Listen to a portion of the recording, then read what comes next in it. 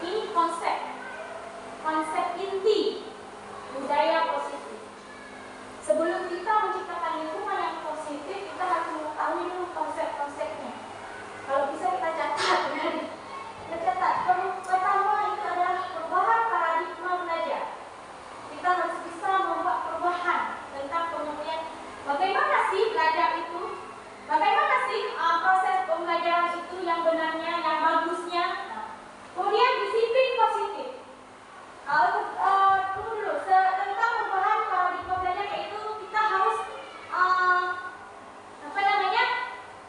kita mengajar harus memihak kepada siswa, memihak kepada murid. Kita harus tahu kebutuhan murid yang harus kita penuhi sebagai guru. Kemudian disiplin positif. Disiplin positif itu apa aja? Disiplin positif itu misalkan kita membuat kita sebagai guru datang cepat, menunggu siswa, itu disiplin. Kemudian yang bagus. Kemudian kita juga mendisiplinkan kita sendiri. Kita kan ada panjang 5S. Ya Bu, masih tak? 5S. 5S itu apa aja sih?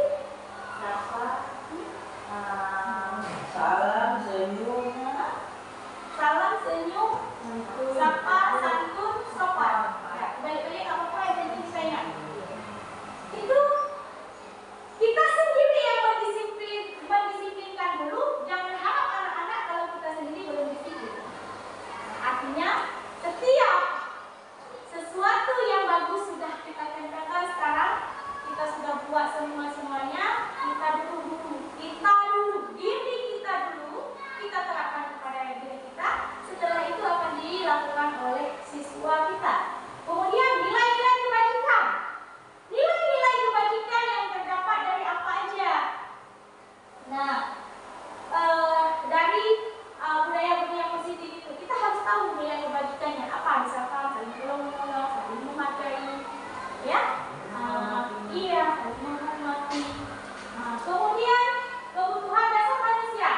Kita ini manusia, tapi terkadang kita sendiri belum tahu apa kebutuhan dasar manusia itu apa. Jadi kita harus belajar yang tadi itu. Kita pertama harus belajar, karena manusia tidak akan pernah putus pembelajaran. Zaman selalu berubah-ubah, maka kita harus belajar.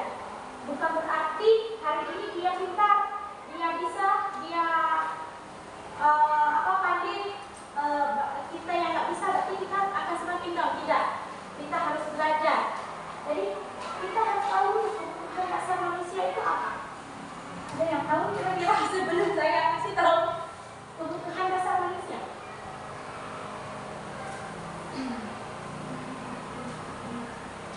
Kebutuhan dasar itu mas? Makan, minum. Makan, minum. Ya, ilmu, ya.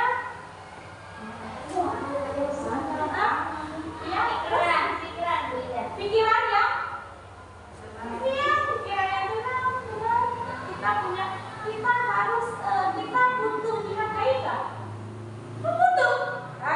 Kita butuh dihargai, itu kebutuhan kita juga. Kita butuh senang kan? Butuh. Kita butuh senang, kita perlu ilmu. Iya. yang sama butuh duit. Itu duit juga. Kalau nggak ada duit nggak ada. Iya, kita semua tahu kebutuhan dasar kita.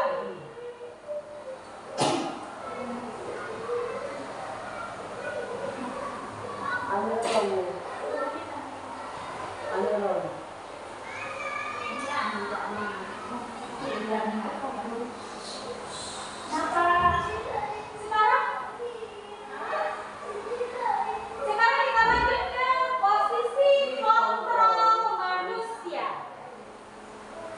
Posisi kontrol manusia itu ada 5 macam ya, teman-teman ya. Kita harus mengetahui posisi kontrol kita sebagai apa? Sebagai orang yang mengarahkan,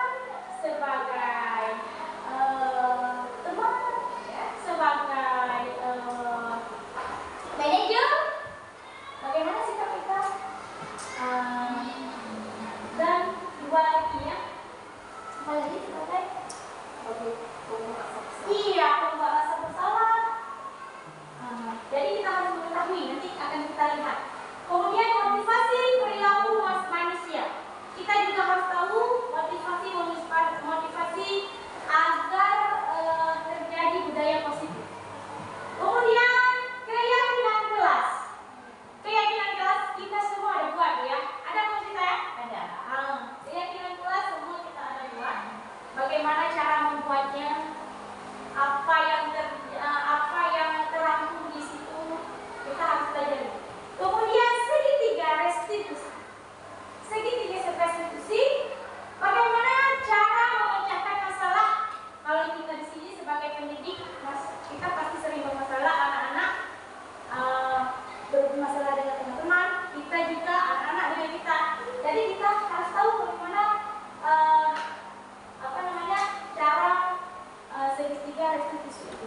Saya sudah mempraktekkan 1, 2, 3, 4, 5 kali sudah saya praktekkan.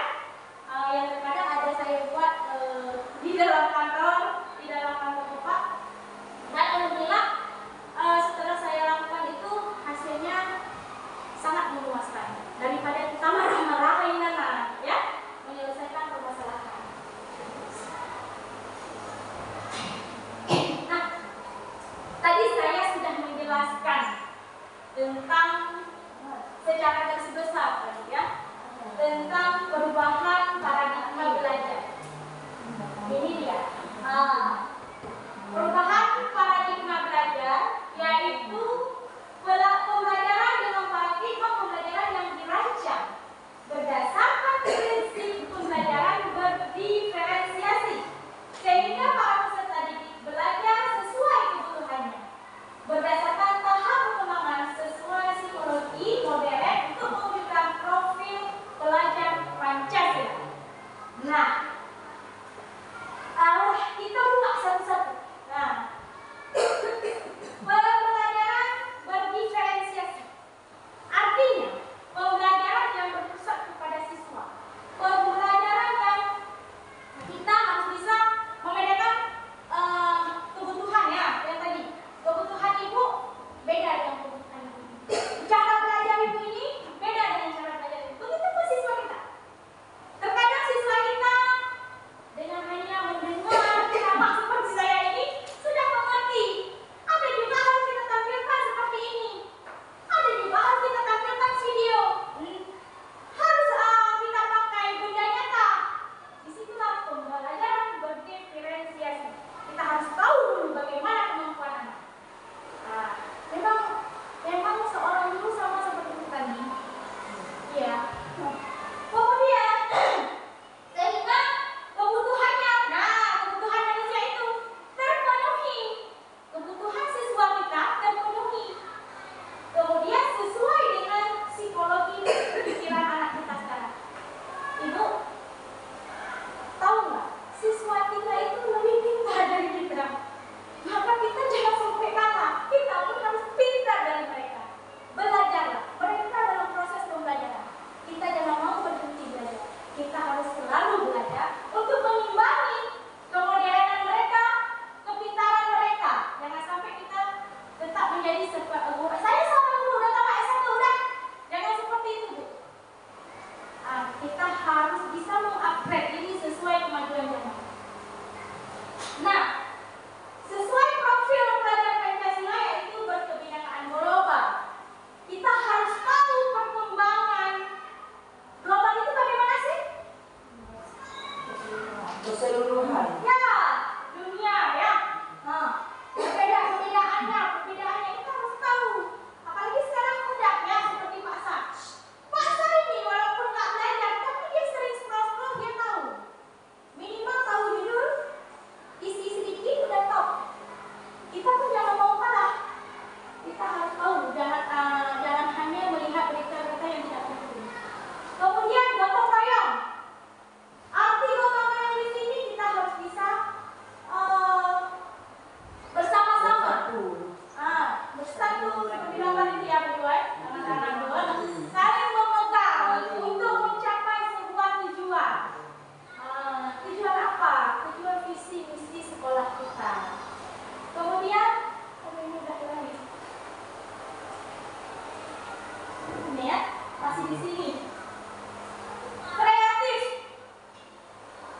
kita harus kreatif.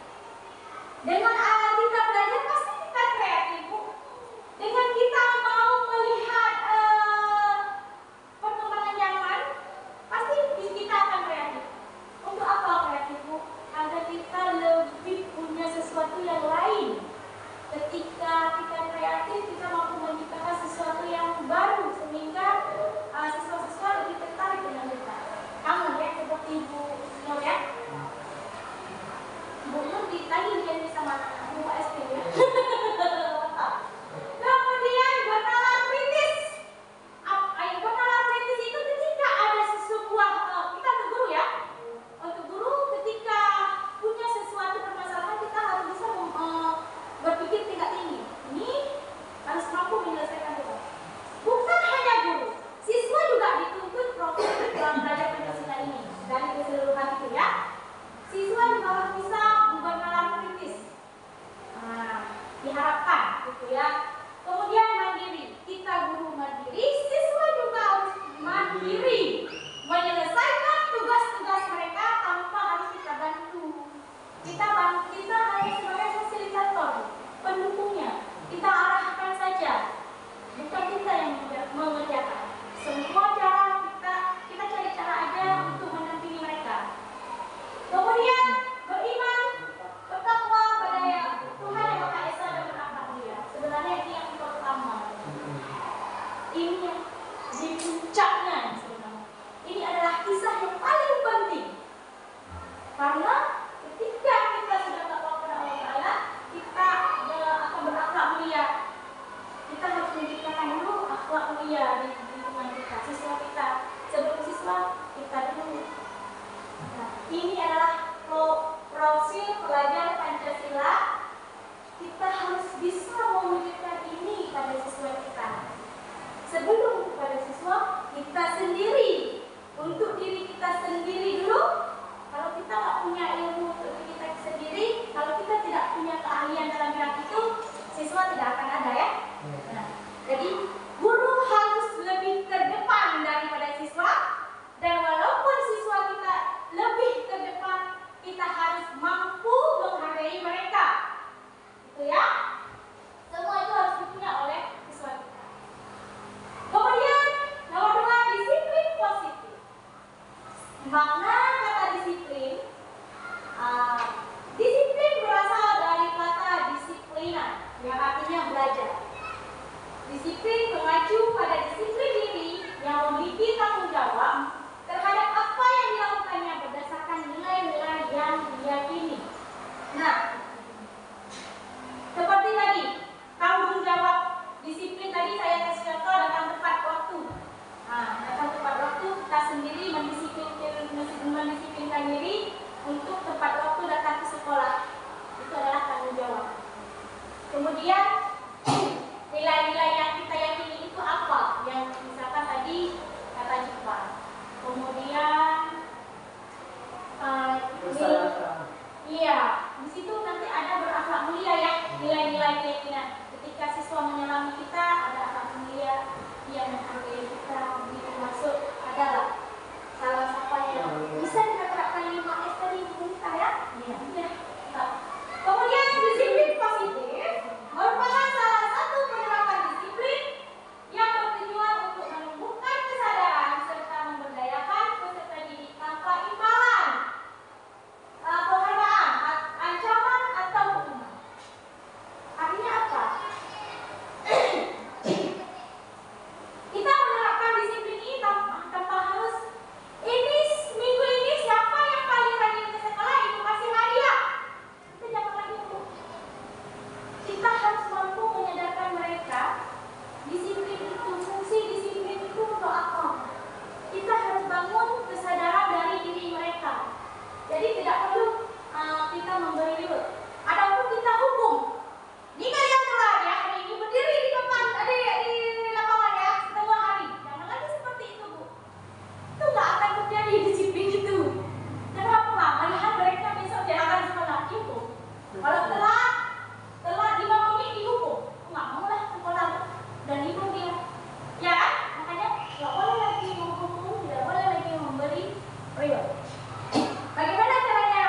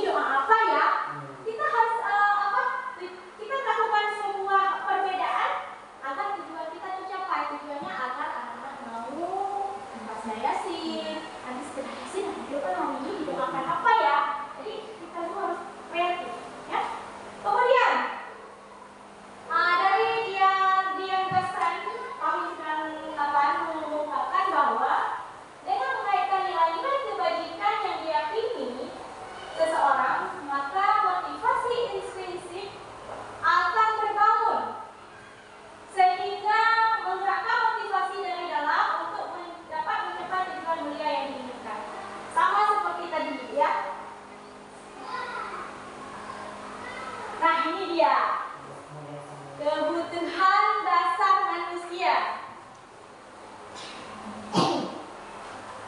Pertama, kebutuhan untuk bertahan hidup ya Bu, kurangnya makan, minum dulu ya. Kemudian kasih sayang, rasa diterima, dihargai, ya kan? Kita butuh dihargai, kita perlu disayang. Begitu juga anak-anak kita butuh disayang, butuh dihargai oleh kita. Kita harus tahu itu, Bu. Kita jadi guru harus tahu. Kemudian fun, kesenangan, ya. Anak-anak itu harus senang. Mereka senang belajar dengan kita. Hari ini belajar apa ya? Aduh, mau sekolah lah. Ini pasti diajarin main buat apa?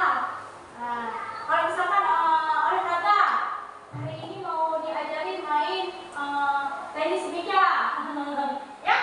Ataupun diajarin main hantu itu apa namanya tuh? Olahraga. Nah, saya lihat di video-video. Jadi senang anak-anak. Jadi kebutuhan kesenangan mereka kita harus mampu penuhi sampai tekan belajarnya ya. Kemudian kebebasan, freedom. Mereka harus kita berikan kebebasan untuk belajar. Kebebasan mereka ingin bebas belajarnya seperti apa. Maka kita juga harus kreatif. Kreatif, oh anak ini bahagianya seperti ini. Oh anak ini cara belajarnya seperti ini. Kemudian mereka bebas. Bu, saya nggak bisa kali-kali menarik kalau kelas saya ya. Apa hari ini kita harus motivasi dia. Hari ini kamu sampai kali-kali 3 aja ya. Jadi mereka bebas.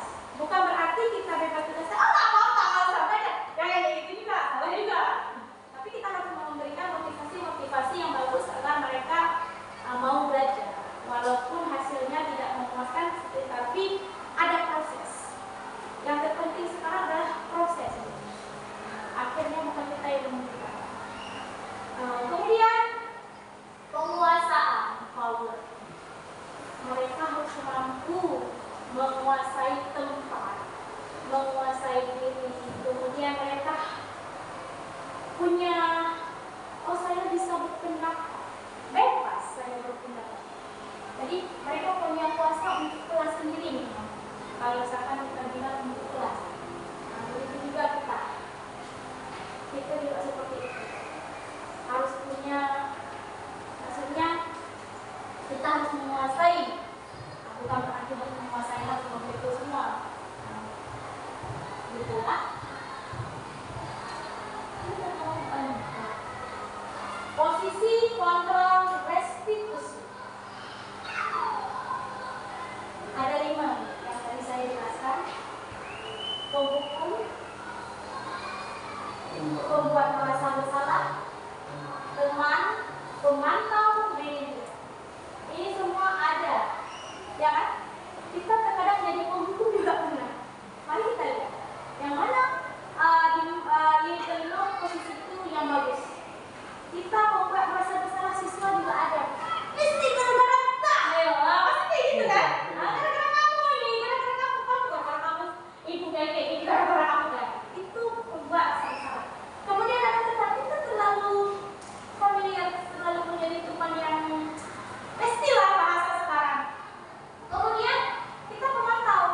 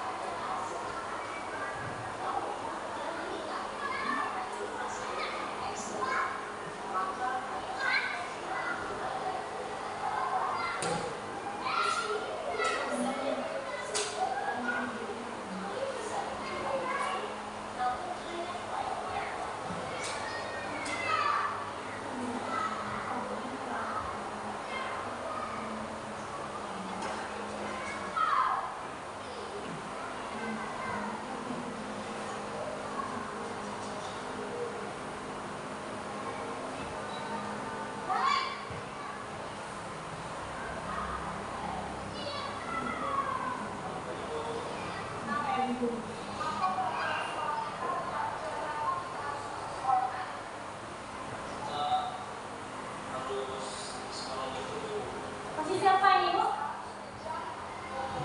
Posisi pemantau.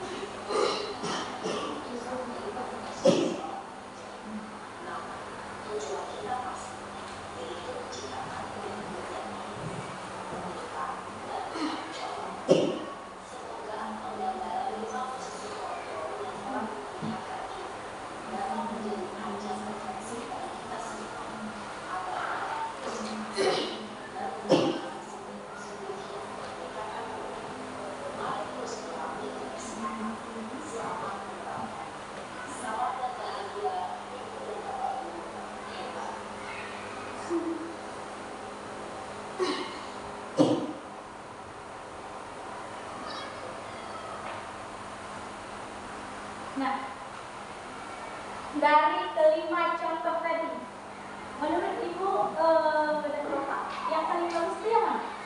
Yang terakhir manajer. Manajer. Kamu Mantau juga bagus. Posisi sebagai teman itu juga. semua bagus. Nah, ada kelebihan dan kekurangannya. Mampu nggak kita seperti itu? Insya Allah. Kita usahakan. Iya, insya Allah akan kita usahakan. Itu adalah contoh-contoh yang sering terjadi, ya.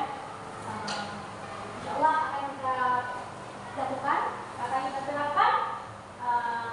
Saya sampai di sini dulu. Sekarang dilanjutkan oleh teman saya, ya, untuk materi selanjutnya. Oh iya Bu, kalau ada kira-kira yang masih kurang bukti, nanti dibuat aja, dicatat sedikit di lembar kita nanti ditanyakan kepada kami, ya. Terima kasih. Oke, terima kasih kepada Bapak Ibu yang masih setia mendampingi kami. Saya akan coba berbagi sedikit sharing ilmu tentang tugas kami di modul 174, masih budaya positif, ya Ibu. Jadi di sini saya akan menjelaskan sedikit tentang teori motivasi, hukuman, penghargaan, dan restitusi. Nah, di sini ada 3 motivasi perilaku manusia. 1, untuk menghindari ketidaknyamanan atau hukuman. Nah, di mana kita pada posisi ini, di mana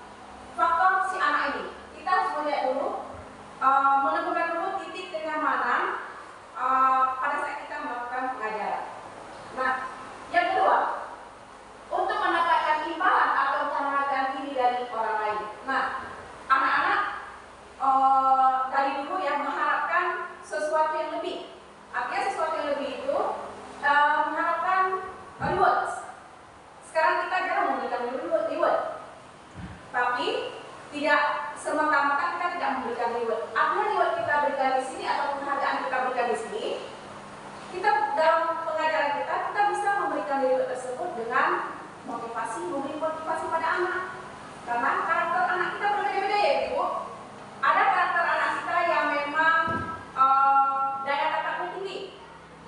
Itu tergantung kepada dua pihak yang akan kita berikan.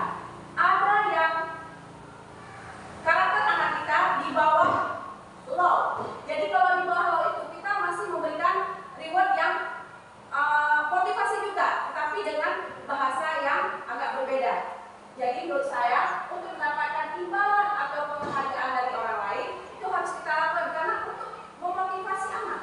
Gimana supaya anak itu minat belajarnya lebih tinggi?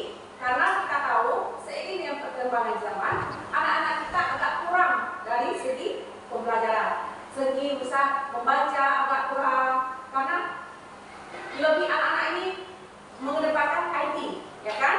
Kemudian yang nomor 3, untuk menjadi orang yang mereka inginkan atau menghargai diri sendiri dengan nilai-nilai yang mereka percaya. Nah, di sini siapa yang ingin dihargai? Semua anak dalam pembelajaran yang kita lakukan, semua ingin dihargai. Artinya semua pengen mendapatkan pujian atau penghargaan. Nah, kalau kita lihat dalam pembelajaran kita sehari-hari, nilai dari diri sendiri akan kita munculkan dengan kalau anak mengerjakan tugas, kita akan memberikan kita ambilkan nilai yang lebih tinggi kepada mereka. Nah, kemudian apa yang mereka percaya kepada kita? Mereka yakin dan percaya bahwa kita bisa menjadi guru yang terbaik dan mereka mendapatkan nilai yang terbaik. Oke? Pertanyaan reflektif. Nah, di sini ada kasus ibu-ibu. Iva kurang menguasai pembelajaran matematika, sehingga pada saat pembelajaran tersebut berlangsung, dia lebih banyak berdiam dan atau menambah di buku pelajaran. Pada saat guru matematika, Pak Seno menanyakan pertanyaan Iva menjadi gugup dan tak sengaja menjatuhkan tasnya di kursi, serta tiba-tiba menjadi gagap. Pada saat berupaya menjawab, seluruh kelas tertawa melihat perilaku Iva yang berbicara tergagap tersebut. Pak Seno pada saat itu membiarkan teman-teman Iva menertawakan Iva yang tergagap dan sambil menunjuk ujungnya karena tidak bisa menjawab pertanyaan Pak Seno. Kelas makin gaduh dan anak-anak pun tertawa melihat Iva depan kelas memegang ujung hidungnya. Nah, ada pertanyaan ibu, apakah Anda setuju dengan tindakan Pak Seno tersebut terhadap Iva? Tidak. Tidak ya, kita tidak setuju ya. Kita menertawakan artinya kita tidak open kepada anak, artinya kita harus memberikan feedback kepada anak agar anak-anak lebih merasa dihargai, artinya tidak dibully ya. Sekarang ada kasus ya, bully menjadi fenomenal sekarang. Malah di pembelajaran P5 untuk SMA saya lihat kasusnya adalah kasus bully untuk pembelajaran P5-nya. Jadi di sini mengapa ya kita seorang guru itu harus melakukan bully terhadap anak, dan ini memang sekali kita lakukan Bu, karena akan menitik pada anak nilai rasa percaya dirinya akan kurang nanti waktu dia akan besar, dan dia menjadi sebuah penanaman kuliah. Oh, ibu ini membuli saya waktu saya kecil. Jadi istilahnya bully sekarang kalau pembelajaran di P5 di SMA itu sebuah kasus Bu yang sangat signifikan sekali kalau menurut saya. Nah, pertanyaan kedua, menurut Anda tindakan Pak Seno terhadap Iva adalah sebuah hukuman atau konsekuensi? Ini yang mana ibu kita pilih? Apakah dia sebagai hukuman ataupun konsekuensi? Hukuman. Iya. Kalau kita lihat di sini jelas ya, Bapak ini menunjukkan sebuah perilaku yang tidak bagus kepada anaknya si Eva ini, karena dia melakukan sebuah kesalahan yang menjadikan sebuah tas. Jadi di sini kita jangan sekali-kali melakukan konsekuensi yang memang memberikan hukuman kepada anak. Karena anak apa? Anak didik kita adalah anak yang sangat anak emas. Artinya kita harus memang menjaganya dalam kurikulum merdeka. Anak kita harus menuntut. Kita harus tuntut anak supaya anak itu merasa dihargai, merasa dicintai, dan merasa sayang kepada kita. Artinya kita seorang guru yang dinantikan dalam kelas. Nah, apa itu konsekuensi? Nah, di sini konsekuensi sudah terencana atau disepakati, sudah dibahas dan disetujui oleh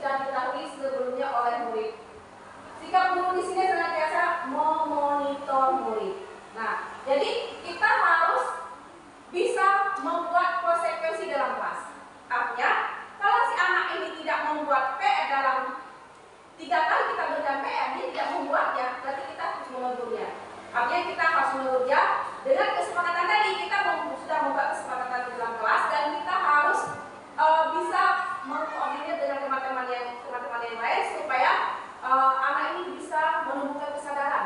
Tapi kita jangan menghukum ya, gitu. Kita tidak boleh menghukum untuk sekarang karena kita posisinya adalah sebagai guru among. Kita harus bisa betul-betul menuntun anak, apalagi anak-anak didik kita, anak super semua. Artinya anak kita tadi adalah anak super dan dia membutuhkan kasih sayang, dihargai dan disayangi. Gitu. Oke, apa itu restitusi? Tadi sekilas sudah dibahas sama Bu Nuraida, segitiga restitusi. Nah, di segitiga restitusi adalah proses menciptakan kondisi bagi murid untuk memperbaiki kesalahan mereka, sehingga mereka bisa kembali pada kelompok mereka dengan karakter lebih kuat. Nah, menurut si dosen di tahun 2004, restitusi juga merupakan proses kolaboratif yang mengajarkan murid untuk saling mencari solusi untuk masalah mereka dan membantu murid berpikir tentang seperti apa yang telah diinginkan dan bagaimana mereka bisa melakukan dengan orang lain. Itu menurut dosen tahun 2006. Jadi di sini gini Bu, saya klarifikasi sedikit tentang kasus ya. Jadi kalau kasus kita lihat di sekolah itu banyak sekali. Tingkat kasus SD, SMP dan SMA itu berbeda. Nah, saya mengajar sekarang di posisi SMA. Kasus yang terjadi ini banyak sekali yang saya temui karena saya sebagai wali kelas juga. Kasusnya berupa misalnya anak-anak dia anak perempuan semua ya gitu ya. Jadi anak-anak itu saling berpacar. Dan itu sebuah kasus. Artinya berpacar orang tuh saling mengeluarkan kata-kata yang cukup pedas. Itu kan kita tahu ya perempuan bagaimana ya, mengeluarkan kata-kata yang cukup pedas sehingga memberikan dampak buruk kepada temannya yang lain. Artinya dalam suatu kelas terjadinya sebuah masalah. Nah, kita sebagai guru, cara menanggapi kita bagaimana? Kalau saya sebagai guru, saya akan melakukan pendekatan dulu sama anak tersebut karena anak didik saya ini posisinya sudah jadi remaja ya, jadi saya mendekati dulu, mengklarifikasi permasalahannya, kemudian baru saya menyelesaikan titik temunya. Sesudah saya menemukan titik temu, nanti saya akan berdiskusikan lagi dengan BP, bimbingan konseling, kemudian saya akan mencoba menengahkan persoalan anak-anak seperti itu. Karena rentang anak didik kita yang perempuan ini, bahasa yang digunakan adalah bahasa pedas-pedas semua. Sehingga setelah saya menyelesaikan kasus tersebut, dia bisa kembali berkolaborasi dengan teman-teman yang lain. Artinya saling sharing dengan teman-teman yang lain. Oke, apa itu hukuman? Nah, di kurungan mereka, hukuman bersifat tidak terencana atau tiba-tiba. Anak atau murid tidak tahu apa yang terjadi dan tidak dilibatkan. Hukuman bersifat satu arah dari pihak guru memberikan dan murid hanya menerima suatu hukuman tanpa melalui suatu kesepakatan atau pengarahan dari pihak guru, baik sebelum ataupun sudah. Hukuman yang diberikan bisa berupa fisik maupun psikis. Murid anak bisa adalah suatu perbuatan dan kata-kata. Nah, itu jangan sampai terjadi dulu. Kita jangan sesekali memberikan hukuman yang berupa fisik. Fisik artinya kita mengata-ngatain anak ataupun kita pukul anak, itu sebuah fisik. Kalau psikis, kita mengata-ngatain sesuatu pada anak yang memang menjelekkan dia, itu jangan. Jatuh mental dia nanti. Nah, kita usahakan, kita sebagai guru itu harus profesional. Kita harus memikirkan bagaimana kita menentukan hukuman yang terbaik kepada anak kita. Artinya seperti di kasus tadi, kalau anak kita yang memang tidak bisa, karena karakter anak kita berbeda-beda, kita harus membedakan kelompok anak-anak kita. Yang satu bisa matematika, yang satu bisa sejarah, yang satu bisa bahasa Inggris. Kesemua anak kita ini berbeda-beda kemampuannya. Jadi kita harus mampu membedakan sehingga kita mampu mengelompokkan anak-anak tersebut sehingga anak didik kita mencapai suatu pembelajaran yang sukses. Nah, kita jangan sampai melakukan hal-hal yang membuat mereka merasa terzalimi seperti itu. Nah, satu lagi Bu, saya akan menjelaskan keyakinan kelas. Mengapa keyakinan kelas? Mengapa tidak dibuat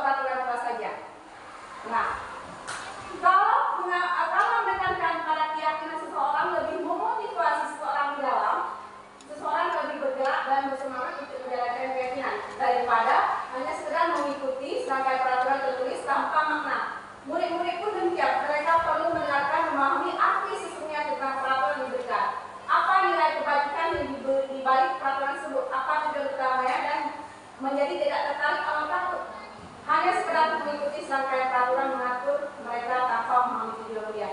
Nah, peraturan kelas.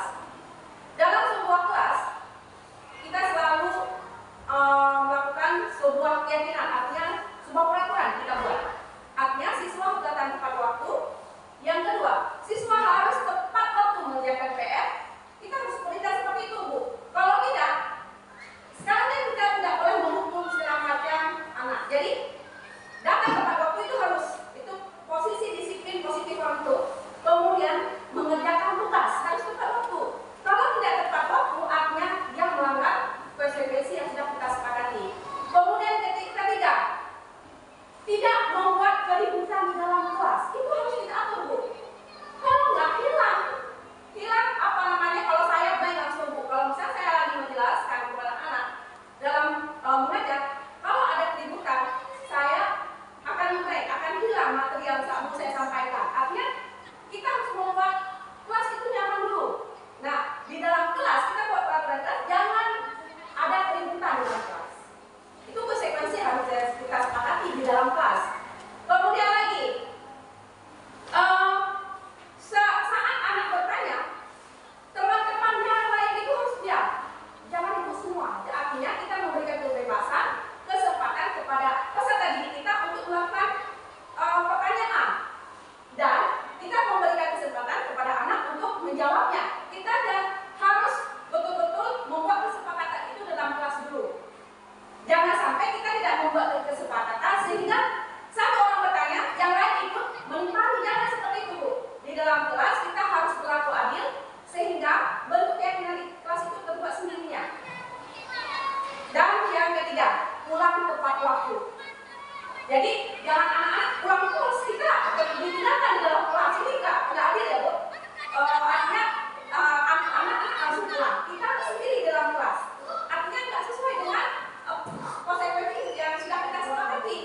Kalau jam pulangnya jam 2, kita anak-anak pulang jam 2, kita pun tetap jam 2. Satu lagi kesepakatan kelas. Kita tutup dengan berdoa. Jadi kalau kita sudah bel, 5 menit sebelum bel, kita mengkondisikan kelas dulu.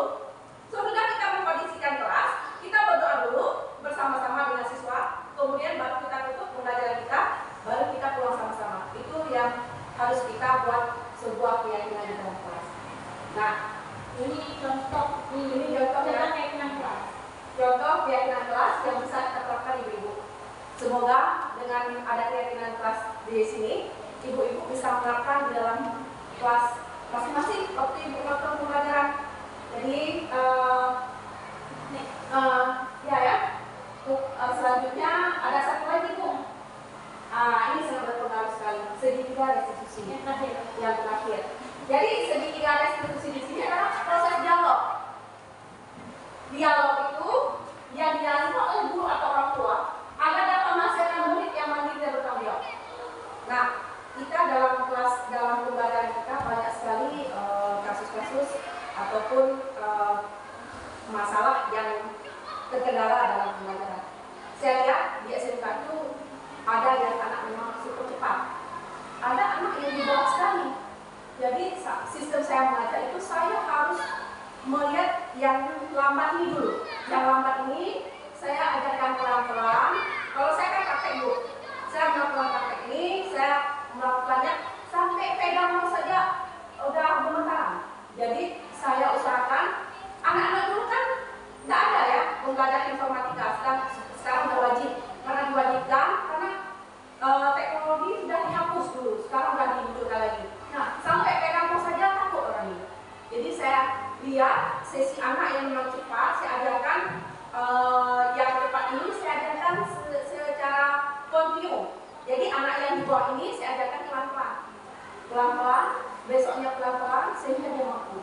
Nah, itu. Jadi proses 3 tahapan tersebut dasarkan pada prinsip utama dari teori kontrol. Yang pertama adalah langkahnya menstabilkan identitas. Kalau menstabilkan identitas, teori kontrolnya kita semua akan melakukan hal yang terbaik yang bisa kita lakukan. Artinya menstabilkan identitas. Anak ini identitasnya berbeda. Artinya ada anak yang memang kategori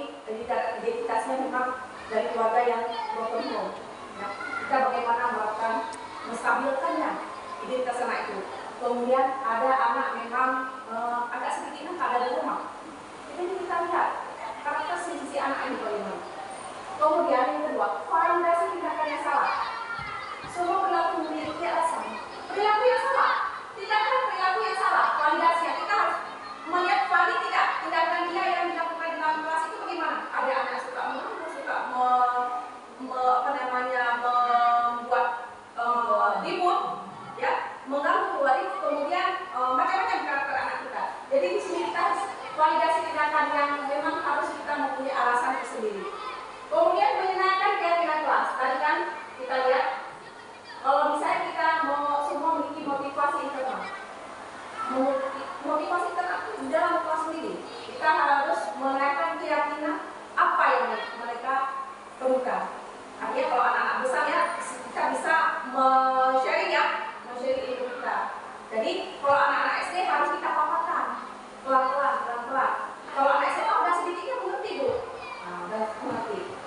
Kemudian ada segitiga restitusi. Ini yang tadi ya. Oke. Kemudian ini contohnya. Kita lihat, kita lihat video.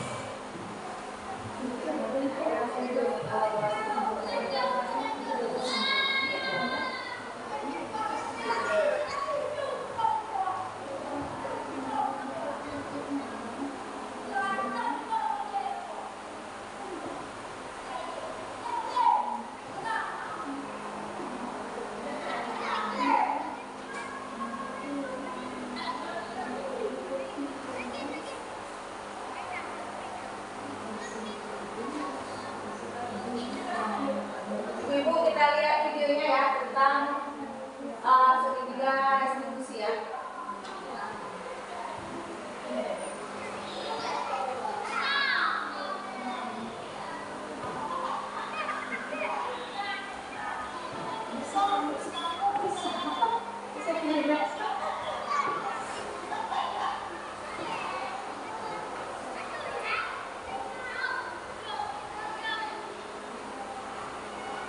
salah satu contoh segitiga restitusi.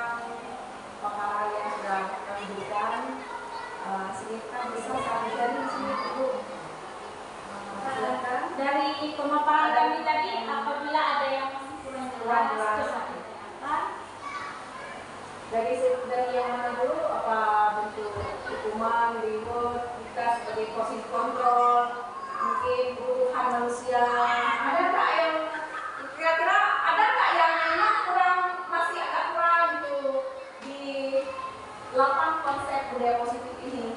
Silakan Ibu ditanyakan, mungkin daripada kebutuhan asal manusia mungkin. Nah, ini Iya, boleh Bu. terus silakan. Ya, saya Diana. Ya, boleh Bu, silakan. Waalaikumsalam warahmatullahi wabarakatuh. Pada poin profil pelajar Pancasila. Iya.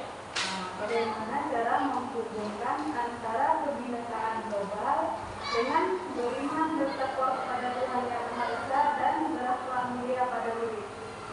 Menghubungkan Kebinekaan kita, kebinekaan global, dengan beriman bertakwa kepada Tuhan Yang Maha Esa dan berakhlak mulia pada diri.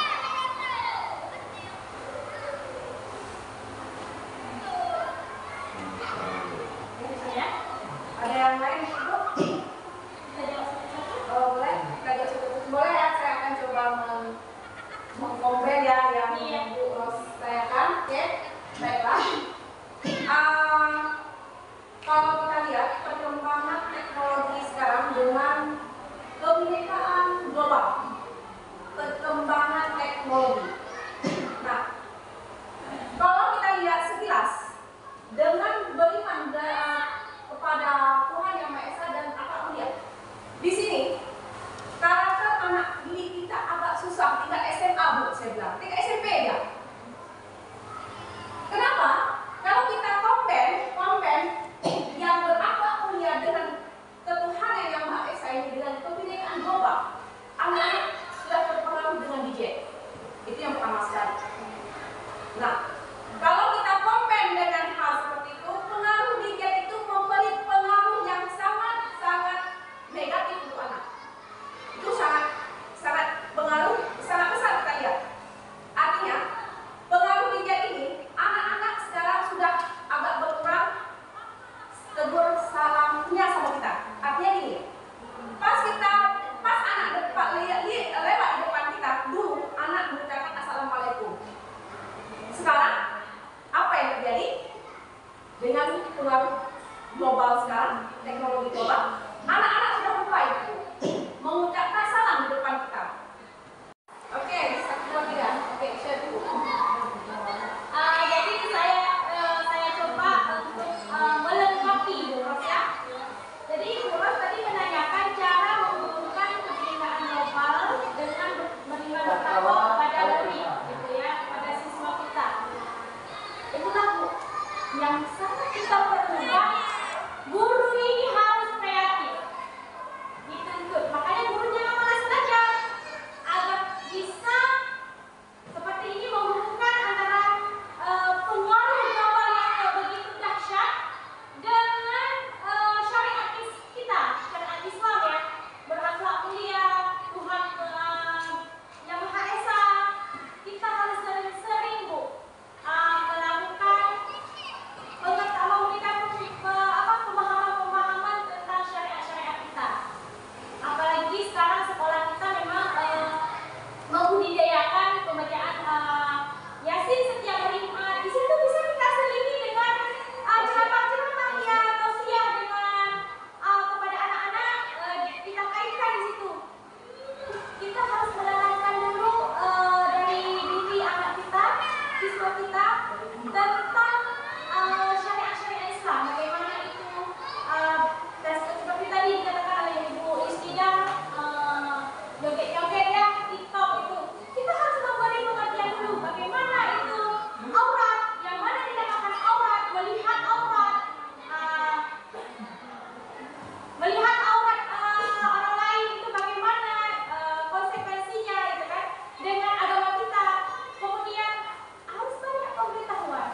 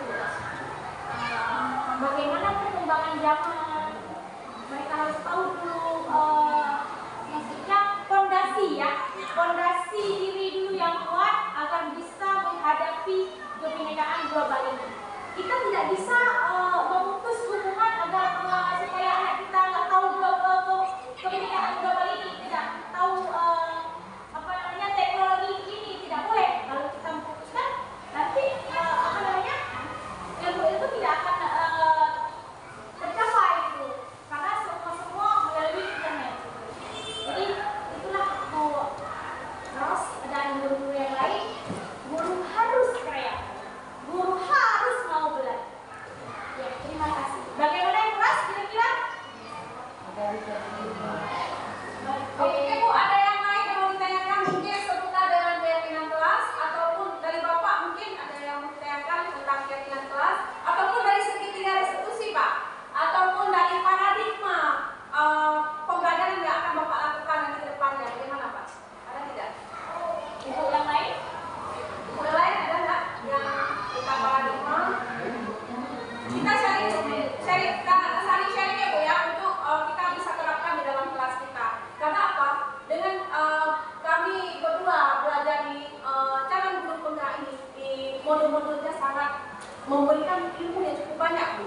Tanpa kita sadari, akhirnya penerapan